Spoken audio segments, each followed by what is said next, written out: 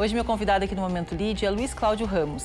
Ele que é um dos sócios fundadores da Deventures. Tudo bem, Cláudio? Chama de Luiz ou chama de Cláudio? Chama de Luiz, tá ótimo. Tá ótimo. Luiz, o trabalho que vocês fazem é muito focado no mercado de fusões, aquisições de empresas, né? E a gente vê que esse mercado está cada vez mais aquecido. Muitas empresas que não foram feitas para vender são assediadas pelo mercado, seus concorrentes querendo fazer incorporações, ao mesmo tempo que a gente vê as empresas familiares num processo que não desenvolveram sucessores e tendo que vender porque não tem essa sucessão organizada. Hoje, qual que você vê a realidade do mercado paranaense na área de fusões e aquisições? Olha, nós atuamos como uma casa de serviços estratégicos que olha não só para fusões e aquisições, mas olha para crescimento de empresa também. Então, eu diria até, me permita aqui voltar uma página, no aspecto de crescimento, muitos empresários olham para os seus próprios negócios e têm dificuldade de enxergar o crescimento futuro. Até porque eles não têm tempo para isso no dia a dia. Então, a gente entra fazendo um trabalho, olhando governança, olhando uma série de outros pontos estratégicos que vão permitir que essa empresa tenha uma curva de crescimento positiva. Bem, isso posto, o trabalho de fusões e aquisições ele vem muito conectado a isso. Por quê? Porque a partir do momento que você tem um belo plano de crescimento, você também tem uma perspectiva de poder valorizar a sua companhia, a sua empresa. E a partir desse momento faz com que ela fique atrativa para os investidores de uma maneira geral. Então, existem segmentos de investidores diferentes, como, por exemplo, fundos de investimento, né, que a gente chama de Venture Capital, Private Equity, e outros fundos mais estruturados, que fazem com que o momento do mercado seja um momento muito positivo para isso. Embora tenhamos um desafio agora que é a Selic a 15%, né? Então, o cenário macroeconômico ele não é tão vantajoso ainda, principalmente para quem está vendendo o seu negócio. Mas a gente acredita que num curto prazo isso também possa ainda melhorar mais e vejo nesse momento de mercado uma atração do capital do exterior muito gigante, grande, né? Assim, sabe? Enorme. Então, o investidor estrangeiro, ele olha para o Brasil em razão dos potenciais que o Brasil oferece e olha para as empresas brasileiras também de uma maneira muito positiva. Aí você pode se perguntar assim, por que isso, né? Porque a gestão de uma empresa brasileira é uma gestão que tem uma governança, que tem uma organização e que ela é estruturada para isso. Muitas vezes eu vejo, né, a gente conversa muito com empresários de médio porte, e às vezes o empresário acha que o negócio dele está ruim, que a empresa está desorganizada, mas no fundo ele tem uma joia na mão, né, que é muito bem organizada, que é muito bem gerida. E ele só vê isso quando ele vai olhar para fora, né? Exatamente. Ou quando alguém de fora olha o negócio dele, né? Exatamente. Você sabe que eu brinco dizendo que o nome disso é empresa. Porque na ordem do dia, todas são muito parecidas. E por mais que o empreendedor olhe para dentro, né, para o seu business, ele olha e diga que ele tem um momento mais desafiante, nem sempre esse momento é tão desafiante como ele pensa. Então, a gente ajuda muito nesse momento a estruturar esse pensamento, a olhar sobre um ângulo estratégico também de crescimento, a ponto de ele também isso colaborar com a confiança do dia a dia que ele pode ter no próprio negócio. E outro ponto interessante de citar é o seguinte, muitas vezes a gente tem, o empresário, ele tem o pensamento de crescimento, mas ele não olha o tamanho do mercado onde ele está inserido. Então, às vezes você fala assim, eu quero triplicar minha empresa de tamanho. Peraí, mas vamos dar uma olhada se existe mercado para isso? Porque isso pode ser uma armadilha até certo ponto, sabe? Então, às vezes, o mercado não comporta um crescimento de 3 vezes, mas ele comporta novos produtos ou serviços que você possa montar para a sua empresa. Então, sempre existe, eu costumo dizer que sempre existe uma forma estratégica de você olhar crescer no horizontal, crescer. Né? Sim, sem dúvida. E quando a gente fala do capital internacional e capital estrangeiro, né? A gente, pelo Lead, a gente faz uma série de agendas fora do país. Esse mês passado, acho que foi esse mês ainda, a gente fez Reino Unido, ainda tem Roma e Paris nesse ano ainda, muito focado nas alianças com o Mercosul e a entrada de nossos produtos na União Europeia.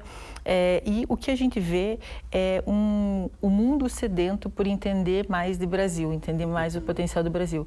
E o que eu mais ouço nessas agendas é o quanto o brasileiro é criativo, é trabalhador e é focado em objetivo, né? E a gente muitas vezes não valoriza esse grande ativo aqui, que é o nosso jeito brasileiro, né? A gente muitas vezes fala o jeitinho brasileiro de uma forma pejorativa, de uma forma que denigra os brasileiros, mas a gente vê que o capital estrangeiro, que as empresas gringas, os grandes fundos, eles buscam justamente esse nosso jeito de dar um jeito no problema e resolver as coisas e crescer meio a tantas dificuldades, que é a questão tributária, que é a questão política, que são tantas forças contrárias ao crescimento das empresas e mesmo assim a gente vê empresas que dobram de tamanho, triplicam de tamanho ano a ano, né? É fato.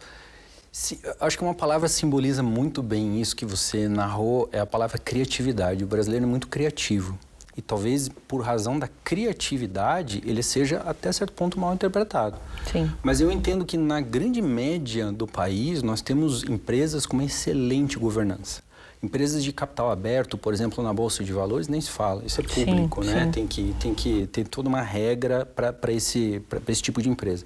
Mas outras empresas, na média, têm uma governança muito boa. Então, o brasileiro é muito bom para gerir os seus negócios. Sim.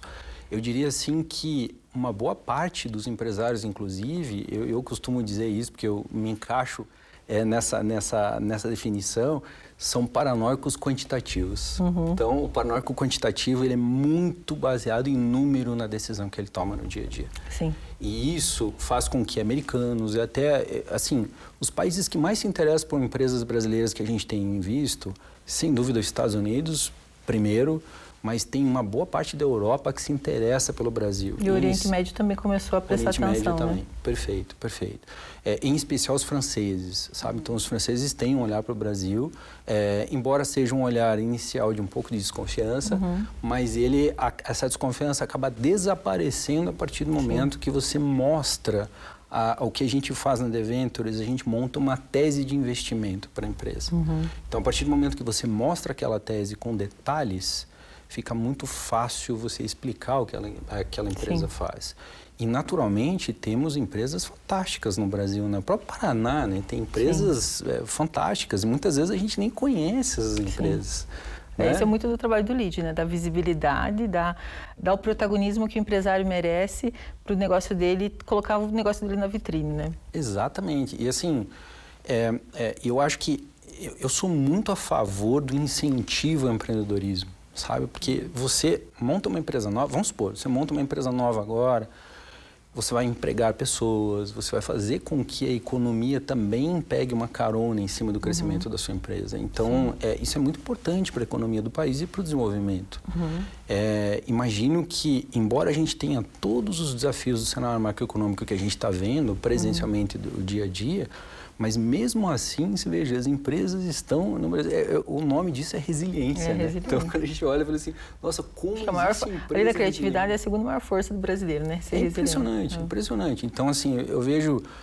o brasileiro não tem medo de acordar cedo, o brasileiro não tem medo de trabalho, o brasileiro encara o desafio de uma maneira muito positiva.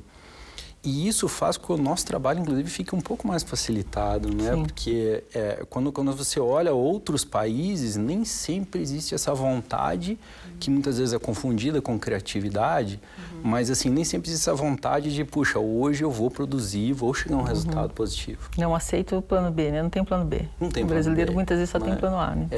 E quantos planos deram certo que a gente vê no dia a dia? Eu fico triste quando um plano acaba esbarrando numa dificuldade. Naturalmente, é normal acontecer erros, né? Mas quantos planos deram certo? Nesse momento agora do ano, né, final do ano, muitas empresas estão olhando os seus balanços, olhando os seus resultados e já planejando 2026. É um período de reflexão, né, para ver o que deu certo, o que deu errado, acertar a rota, mas também é um momento de muita oportunidade, né, porque a gente tem um mundo cada vez mais dinâmico, o universo empresarial cada vez mais dinâmico e onde tem necessidade, tem oportunidade. Como que você vê, que recado você dá para o empresário que está nesse período de olhar o que aconteceu em 2025 e projetar 2026? Talvez o principal ponto aqui seja ter um bom planejamento de crescimento. Ter um bom planejamento de crescimento é olhar para os seus resultados de 2025 e entender como é que ele pode crescer em 2026 sem correr um risco acima do normal. Não precisa correr um risco acima do normal. A gente o próprio fato de ter a empresa e gerir a empresa no dia a dia já é um risco, né? Mas assim, a partir do momento que você tem um bom planejamento, inclusive financeiro, eu diria estratégico e financeiro, naturalmente as coisas podem acontecer numa sua normalidade. É uma consequência de um bom plano. Ainda acho que determinados setores merecem uma lupa de um pouco de risco, sabe? Por quê? Porque existem oportunidades muito grandes, né? A gente tem, por exemplo, o setor da construção civil está em ebulição, né? Então, é impressionante. Então, ali existe muita oportunidade ainda para ser construída. O Brasil é um país de grandes dimensões, né? Então, quando você olha para o potencial que tem esse país, para o potencial que as empresas que estão aqui estabelecidas, fica muito mais fácil você ter um planejamento muito estruturado para que você olhe e entenda onde você pode crescer. Talvez, me arrisco a dizer aqui o seguinte, que um bom cardápio do crescimento é você entender com muita lógica matemática o que você vai fazer. Com muita estrutura, com muita estratégia. É claro que 100% de certeza a gente nunca tem. Né? É difícil ter 100% de certeza. Mas você cercar de variáveis que te apoiem na decisão. Isso é muito importante. E talvez o último fator que eu possa destacar aqui, sem querer me alongar, é o seguinte, é ter gente boa por perto. Sim. Que é o mais difícil, né? O mais desafiador. É desafiador. Dinheiro tem no mercado, infraestrutura a gente consegue se endividar para crescer, mas agora ter gente que tá no jogo com você é cada vez mais desafiador. Quando se encontra, você tem que preservar, né? Tem que preservar, e a retenção de talentos é uma ciência que está longe de ser exata, mas extremamente necessária no processo estratégico de crescimento. O mercado hoje em dia anda bastante ansioso, né, em trazer gente boa para dentro da empresa. Então, eu acho que esse é um outro elemento muito rico que o empresário pode olhar também. Muito bom. Muito obrigada, Luiz. Obrigada pela nossa conversa. Eu que agradeço. Na próxima semana, mais um convidado aqui no Momento Lead falando sobre mercado, sobre crescimento e sobre a economia do nosso Paraná. Até lá.